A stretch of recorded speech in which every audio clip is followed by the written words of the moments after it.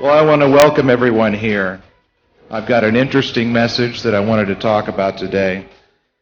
So what I'm doing is I wrote everything down. Normally I talk to slides, but when I think I have something important to actually say, I want to go ahead and get it written down. I'll probably still improvise a lot, so you just have to bear with me. I'm also going to sit down because this is a little bit easier to do. The name of the talk is Widdershins, De-Evolution and the Politics of Technology, and I'll kind of explain what that means. I know I've had a lot of people come up and ask me about it, so here it goes.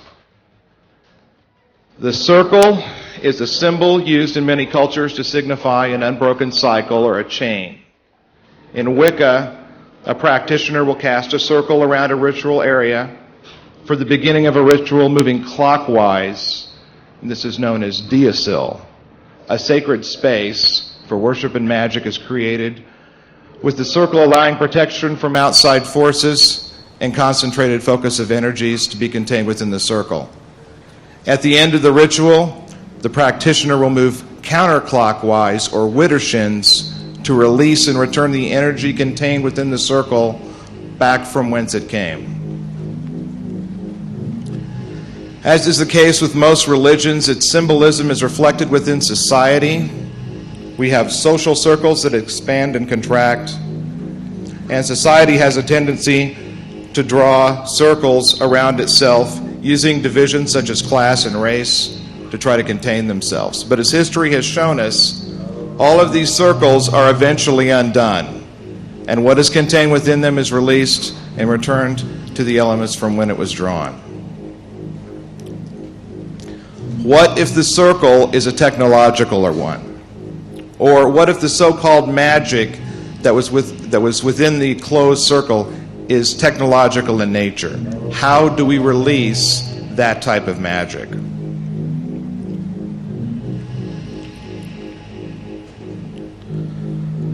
Part of the problem is that we don't think about the prison cell we live in, and we are prisoners. The shackles are poverty, social division, ignorance, dissension, and a media that stupefies us with a news machine that churns out mind-controlling propaganda, along with a strong infusion of gimme, gimme, gimme to drive up debt to ensure we are chained to a job and playing interest on our gold cards for the rest of our lives. The key to unlocking these shackles is information. And that is what we're going to talk about today. At first glance, most journalists that are here, most of them, not all of them, but most of them are probably going to report that this particular talk is on hacktivism. To a certain extent, they will be correct, but as most journalists call half of the website defacements act of hacktivism, then in truth, this is not a talk about hacktivism at all. This is a discussion about politics, and this is a discussion about technology.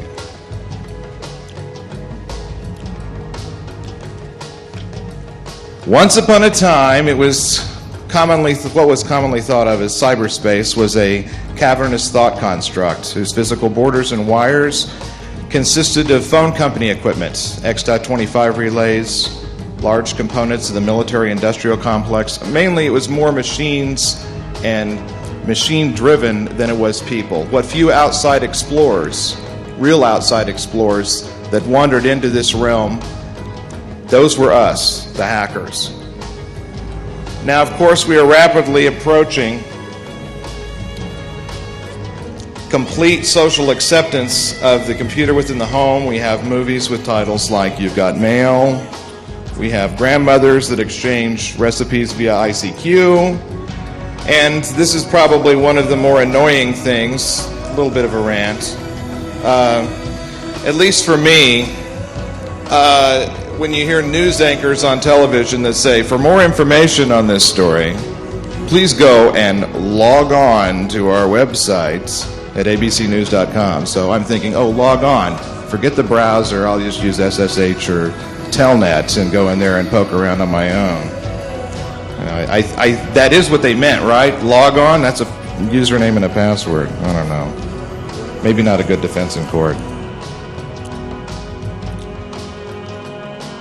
In my opinion, cyberspace to an extent is de-evolving, at least on the surface.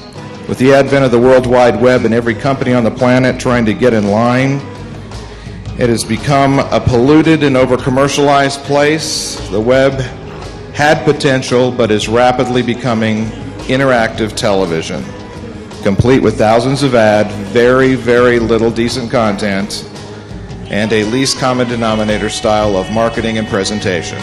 And I am supposed to hack that. If I wanted that kind of shit, I would steal cable television. Thank you very much.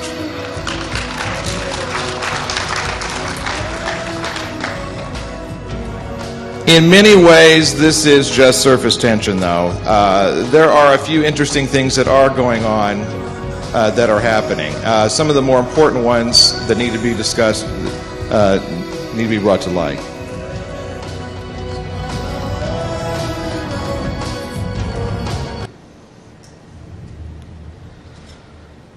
What have we done?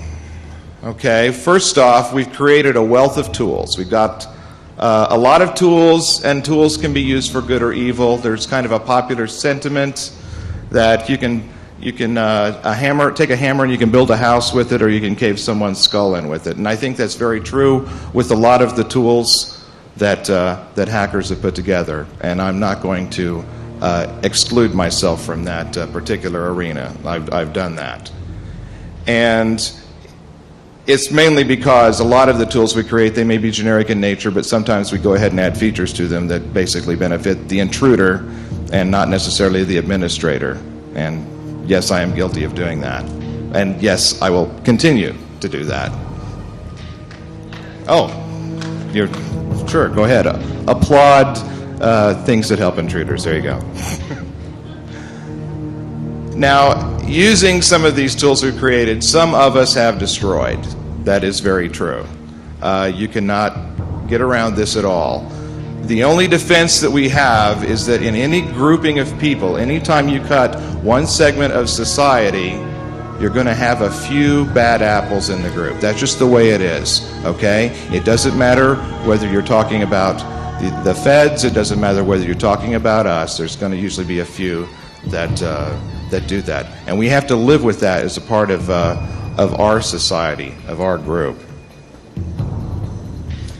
Another thing we've done is we've done disclosure. As we've gathered information, we've shared. Initially, we shared with each other, and gradually, whether it was that we got older and wiser, or we just simply decided that it was much more important, we started sharing this information with other people.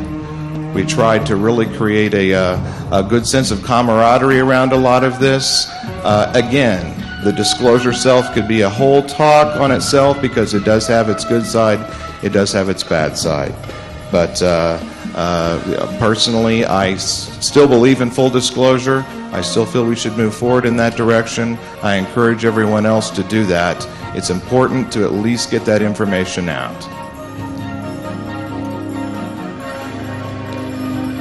Here's a question that I want to start with to get people thinking. Why are hackers feared? And it probably boils down to this simple fact. If someone comes up with a method of using a piece of technology in a way beyond what it was intended to do, a hacker will usually usually admire that type of thing. Additionally, injection of humor and or irony will add extra points. And here is the point that the rest of society tends to miss. This admiration that we have for technological trickery, where we're able to bypass and make things do what they weren't intended to do, we think is neat. We think that is cool. And even if someone is doing something illegal, we still have a tendency to at least admire it if it was technically fascinating. This happens not just in our arena, but in other areas as well. When you see the movie where the guy climbs down the side of the building, goes in and bypasses all the electronic security and steals the diamonds, we think, wow, that was cool. It's that same type of thing that we have. And because we know a lot about stuff they don't know about, they have a tendency to fear us for those reasons. That's unfortunate. And as far as the humor thing goes, just one funny thing, because I saw it right before this conference started. I was looking over on the attrition site and looked at some of the postings from someone going by the name Evil Angelica, and I found them absolutely hysterical. Now, what this person did was wrong, and I do not condone doing it, but it was funny, you know.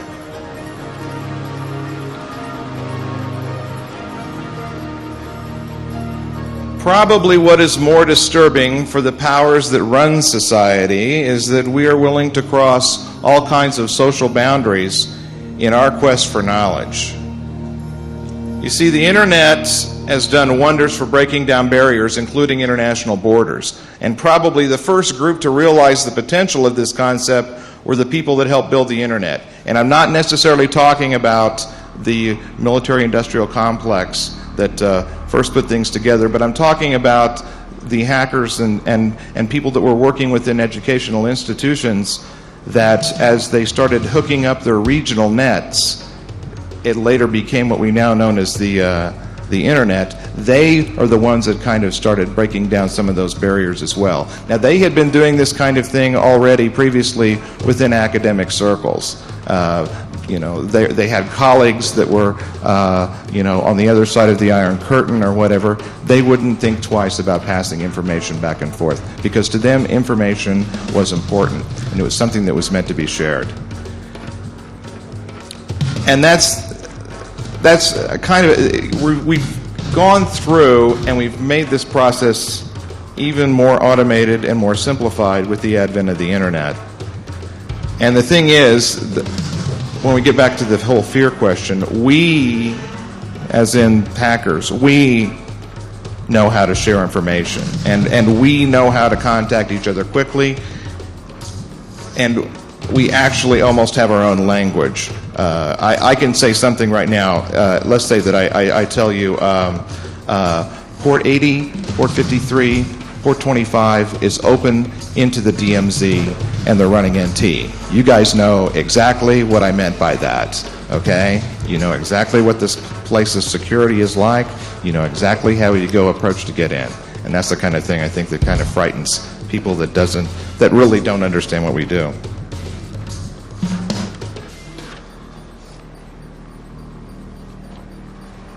This isn't the only thing. This doesn't explain all the fears, because you know, society at large tends to fear us because a lot of times the media says that they should, and this is reinforced with typically inane and technically inaccurate portrayals of what a hacker is in television and movies.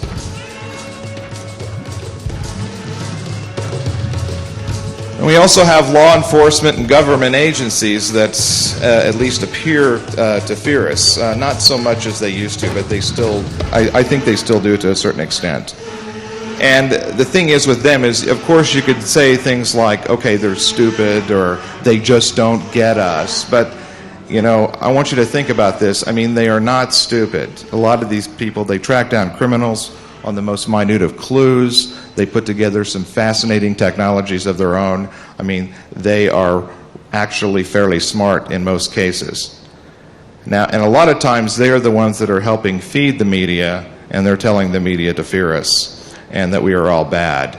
And I want to actually think about why that might possibly be.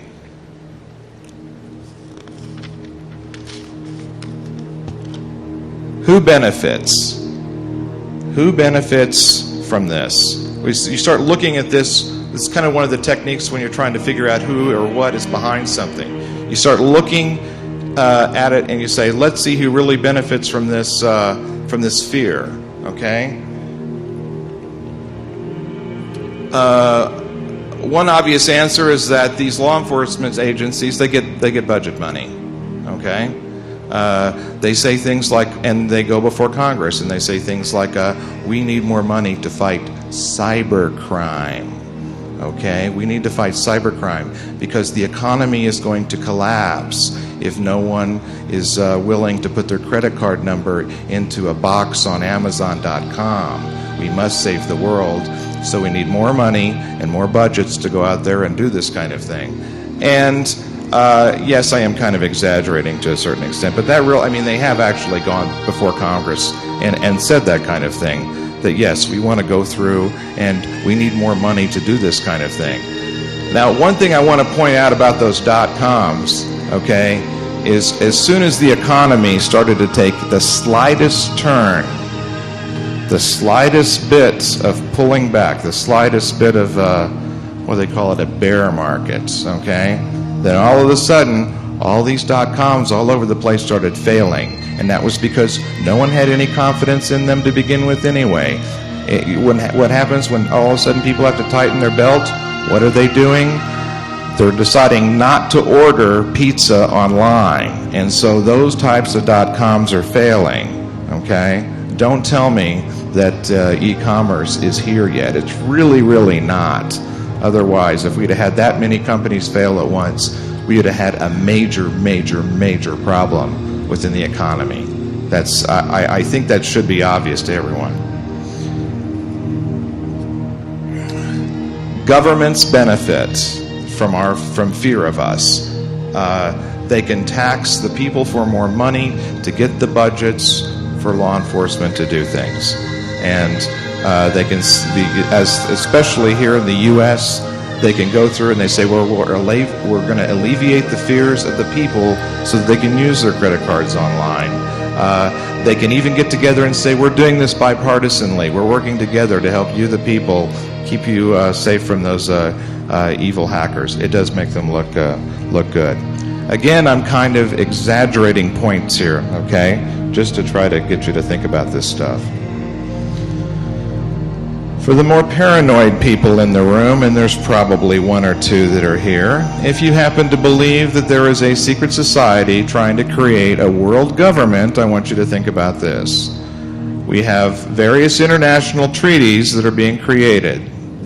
Some of these are regional, such as what's going on with the European Union recently did some stuff that was fairly interesting. Others are more global, such as WTO, WIPO, these kinds of things. Okay? They've created these treaties a lot of times they have stuff in there regarding cybercrime and intellectual property rights, and these are basically impossible to enforce or control without some type of governing enforcement body to at least go back to these countries and say you need to be doing this stuff.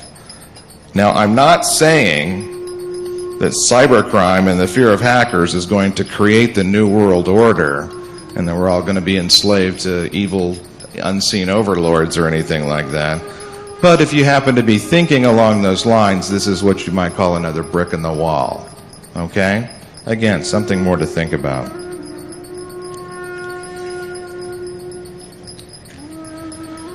The media actually benefits from our fear to a certain extent, because in a lot of instances, particularly in mainstream media, they want sensationalism. And why do they want sensationalism? Because they want to sell ad space and make money, not necessarily inform the public. They've spent years conditioning the masses to want trite bullshit.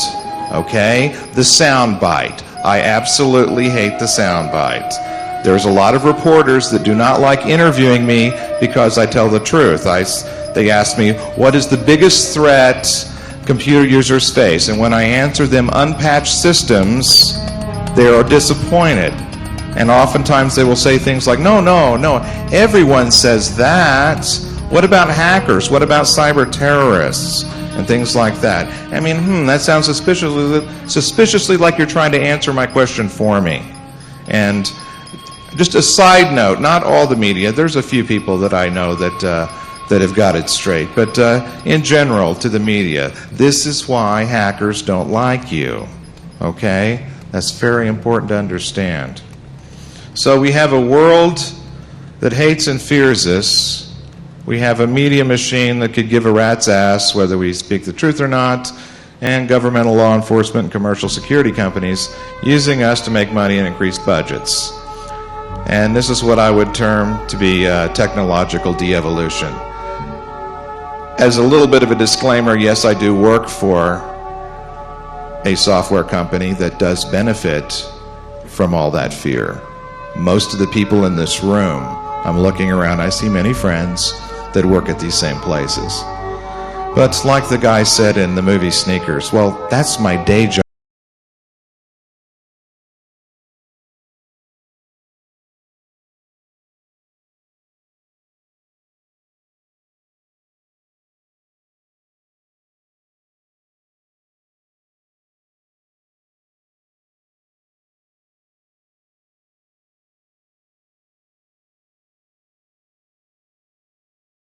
By the way, when I'm talking about things that we've done, I'm not going to really get into talking about breaking into systems and things like that, because there's lots of other talks here at DEF CON, and you can go see those things there, and that's usually what I talk about, but we'll skip that for now. We'll get into some other things.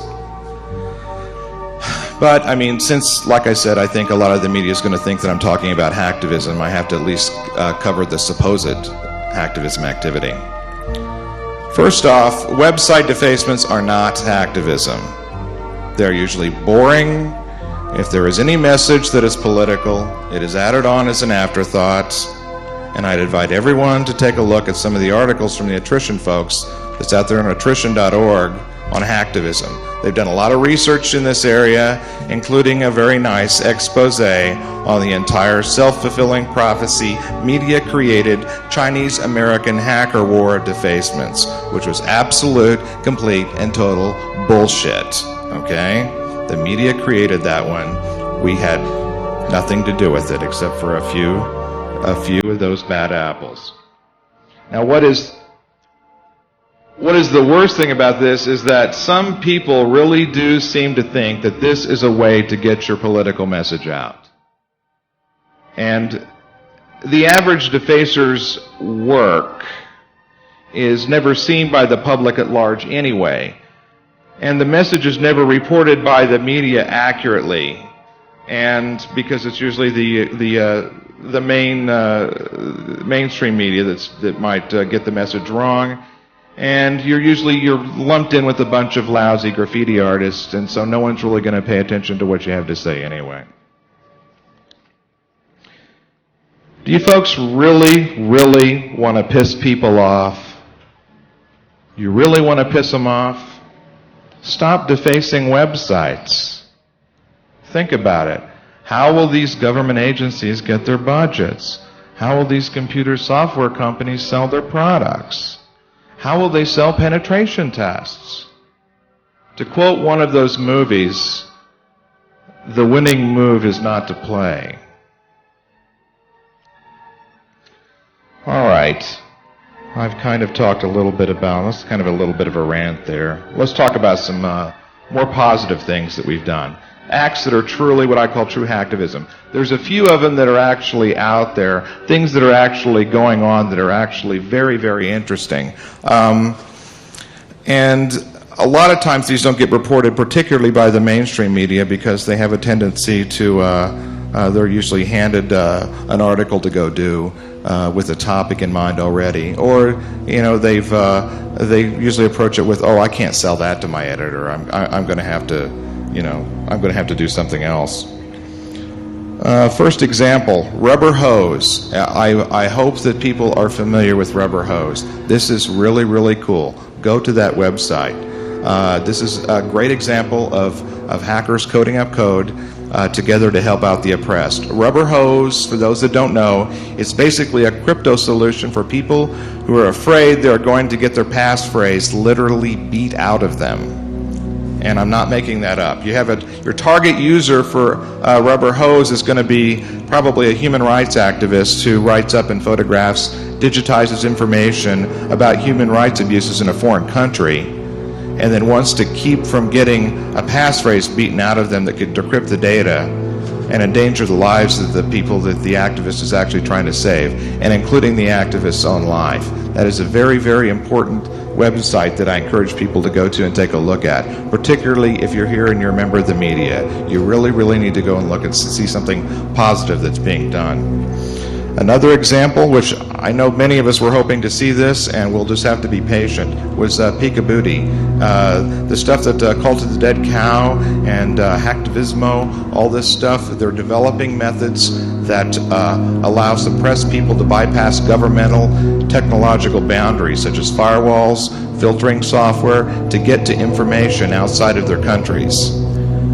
I also encourage you to go out and find a copy of the Hacktivismo Declaration. This is an extremely important document, and simply because of its solidifying nature. A lot of the points that I brought up I found in that document, which just came out just a few days ago, and I was extremely excited to read that. There are a lot of other smaller examples that are out there. I heard of one just the other day from Jennifer Granick, who pointed it out to me. There's a man named Patrick Ball who works for the AALS, and I cannot remember what that stands for. But essentially what he's come up with is a method of what's called the red button. So I'm working overseas. I'm helping people that are being suppressed by human rights, and the guys come and knock on the door. They're going to come in and they're going to take away everything off that hard drive. You hit the red button, the entire hard drive is encrypted, and the key to decrypt it is in New York. So there's no way that no matter what they do, they're not going to get that data. And the data itself is never destroyed unless they destroy the entire hard drive. So those are some things that are kind of interesting that are going on. Besides supporting projects such as these, I'm going to bring up some other, I guess, controversial material. You have to remember that there's other things than just transgressions against people, such with human rights, but there's transgressions against the environment. There's also transgressions, I guess what I'd call against knowledge itself, that is being perpetrated by some of these tightly knit circles. Let me ask you this. Does anyone here know someone who has died of ovarian cancer? Raise of hands. Anyone know someone that's died of ovarian cancer? Okay, a few people do. And if you ask around in your family, you're probably going to find that there are other people that have died of ovarian cancer. And before I go much farther in this story, I'm not going to give out any more details than what I'm going to tell you here, because I don't want to be on the wrong end of a lawsuit on this. 10 years ago, it was 11 years ago, I was doing some consulting at a large transnational controlled pharmaceutical interest on the East Coast.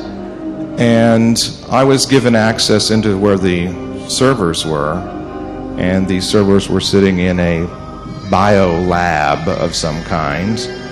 And it was one of those things that, many of you have done consulting. The guys didn't know really what they were doing, and I was hired for a day. I was done in 20 minutes. So I'm playing around to kind of cover my time and to make it seem like I've actually been doing a whole lot.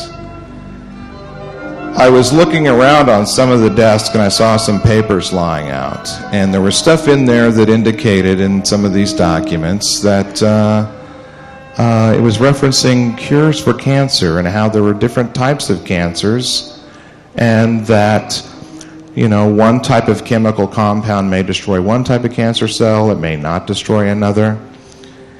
And I'd looking at those, someone came in and says, "Hey, you're not supposed to be reading that kind of stuff." And I says, "Oh, okay." So I went back over to the computer, started poking around on the computer system there that I had full administrative access to legitimately.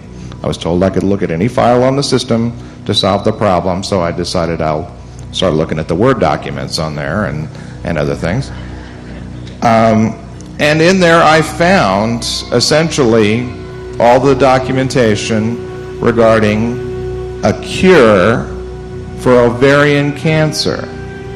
This is 11 years ago. Where is this cure now? It's not here. Do you know why it's not here? Do you know what this company did with that information? They used it to sell early detection kits. They used it to sell treatments. That's what they used this for. They made millions and millions of dollars, and it did nothing to benefit anyone that really needed it. People died. This is one instance. When I was getting ready to leave that company after I finished my consulting engagement, I said to them, I'm sorry.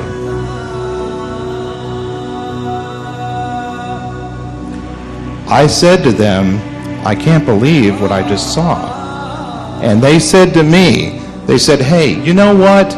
You ought to come work for us. We do all kinds of really cool and neat things. Yeah, we got the cure for ovarian cancer in there.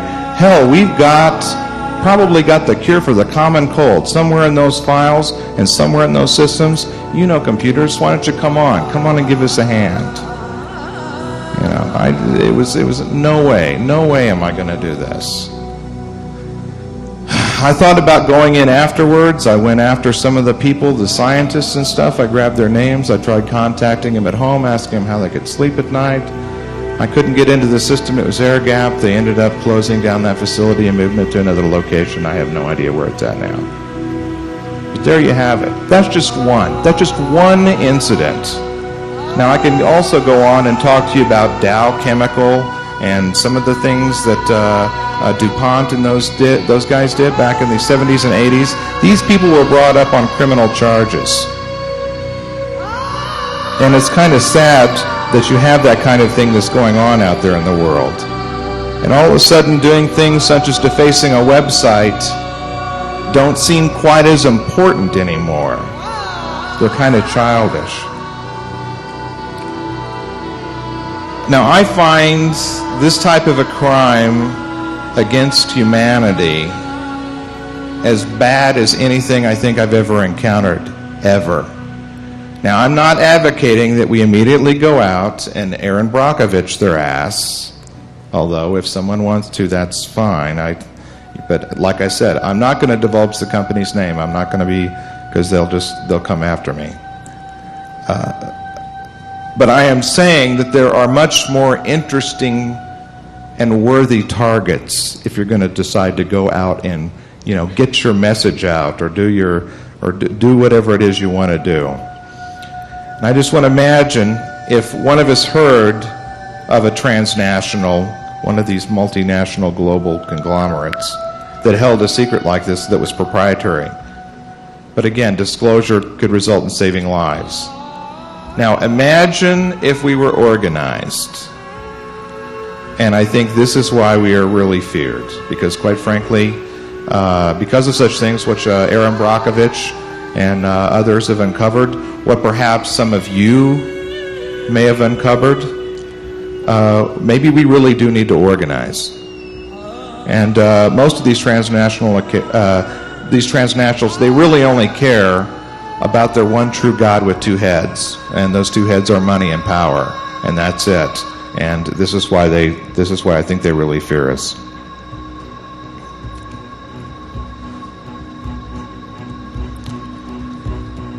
I do recommend this.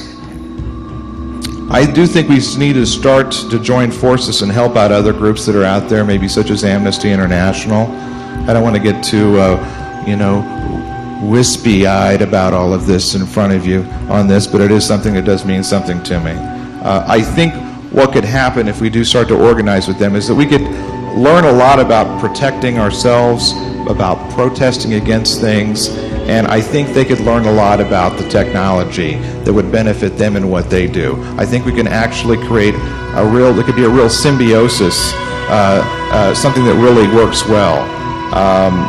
Stay tuned for developments. I've been talking with a number of people from different hacker groups that I've hit up with earlier this week and in the past couple of weeks, and I think we're hoping to do more on this.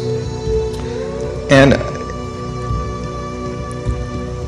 as society continues to de-evolve into greed that are caused by the puppeteers that are running this clusterfuck that we call our society, we have to prepare ourselves for a few inevitable truths. we have to prepare ourselves to remember that if we, the people, are being screwed by the man, and the man is controlling the information, you can bet that we, the people, are going to turn to us for help. We're already volunteering to help out other citizens on this planet with such projects as Peekabooty and Rubber Hose. However, with increasing globalization, it is possible that elements, particularly oppressive ones, from different nation states will begin to affect us. And this brings us back to Widdershins, the opening of closed circles to release their magic. As I stated, we are prisoners. The key to unlocking our shackles is information. That is why we say information wants to be free. A lot of this information has been gathered and closed away from the rest of us, some to protect others, some to protect us from ourselves, some just to make money on the backs of others. And I want to give you a little bit of information. I want to just bring up a few facts about how our talents are being used against us. We're being used by the system. I am, you are. We have to work. We work hard, all of us, because really nothing is free. None of us live in freedom. We're enslaved to various systems such as credit card debt, the entire health care and insurance cycle, mortgages, car payments. We are slaves of our own economy.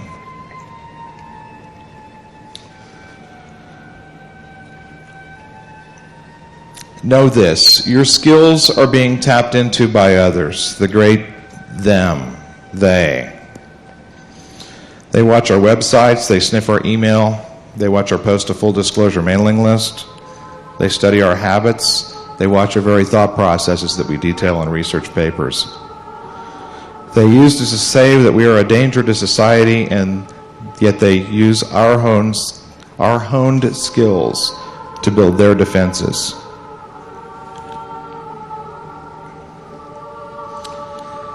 Those that spy upon us have greater technabilities than I think than we previously guessed. There's been a lot of talk, especially with the previous talk, regarding such things as the NSA. And I, for one, don't necessarily believe that they caved to public pressure and allowed export of crypto over 40 bits. That's just something you don't want to just tip your hand to the enemy to do. My guess is they could probably cut through 128-bit encryption like butter, and they could probably do it in real time if they wanted to. And so I think it's really raised the bar. I would not be surprised, to tell you the truth, if 1024-bit within the inner sanctum was probably capable of being brute forced in just a day or two, and 2048 within a week to 10 days. That it just seems to me to make sense. And maybe you call me paranoid, but I'd rather live paranoid than looking, just in case they are watching. But we'll not find out about it, because the enemy states they would find out about this as well. So I don't think we're going to find about this anytime soon. My guess is that anything close to the real capability will be denied as technically impossible to keep us and the rest of the real world in dark.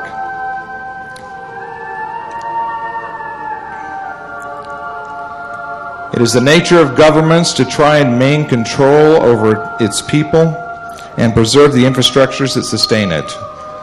With the de-evolution of the nation-state, the rise of the transnational state, we must realize that we, the computer underground, are more of a target of various governments and transnational states than ever before, because we are a provisional government away from becoming a transnational state ourselves.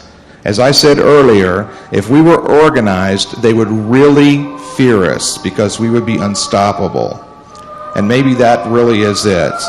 If we are a headless provisional government with hackers holding the wires instead of the infamous them, they can't control it, and I think that drives them absolutely mad.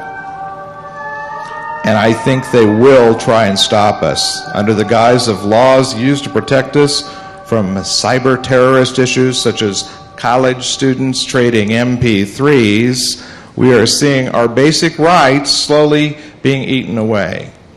A journalist who actually understands this stuff and is not an idiot, who goes by the name of Luke Cook, has labeled this neo-McCarthyism with the name of cybersteria, and it is real. It draws circles around idleness of information and freedom, and it closes it off. We have to find these circles that ensnare us, and we have to open them up. Their energy needs to be released. It has been said that the internet is the great equalizer, and we should make that so. We cannot wait until they take away our rights. This is not a veiled threat about some bleak William Gibson futuristic landscape and all of us romanticizing we are Neo running around trying to unplug the man. They are at the door now. It is here. Remember, what techniques used to suppress human rights in the physical world can be adapted to the virtual one. We all could be next. It is cyber hysteria indeed. We are hackers. We adapt. If we are outlawed on the internet, we will circumvent our shackles. Maybe we'll return to our BBSs of old, but we will still share our information, and we will still get our message out, and we will not be suppressed. They will try their disinformation subterfuge and try to cloud your minds with petty arguments about such things as full disclosure debate, open source versus closed source, and the technological interpretations of our work, but it will only strengthen our resolve. They will try and stop us from entering their sacred little circles by chopping off the heads of our leaders. But guess what? There will be the occasional rallying battle cry by an individual or group, but there are no real leaders, only resolve and raw, unbridled intellect.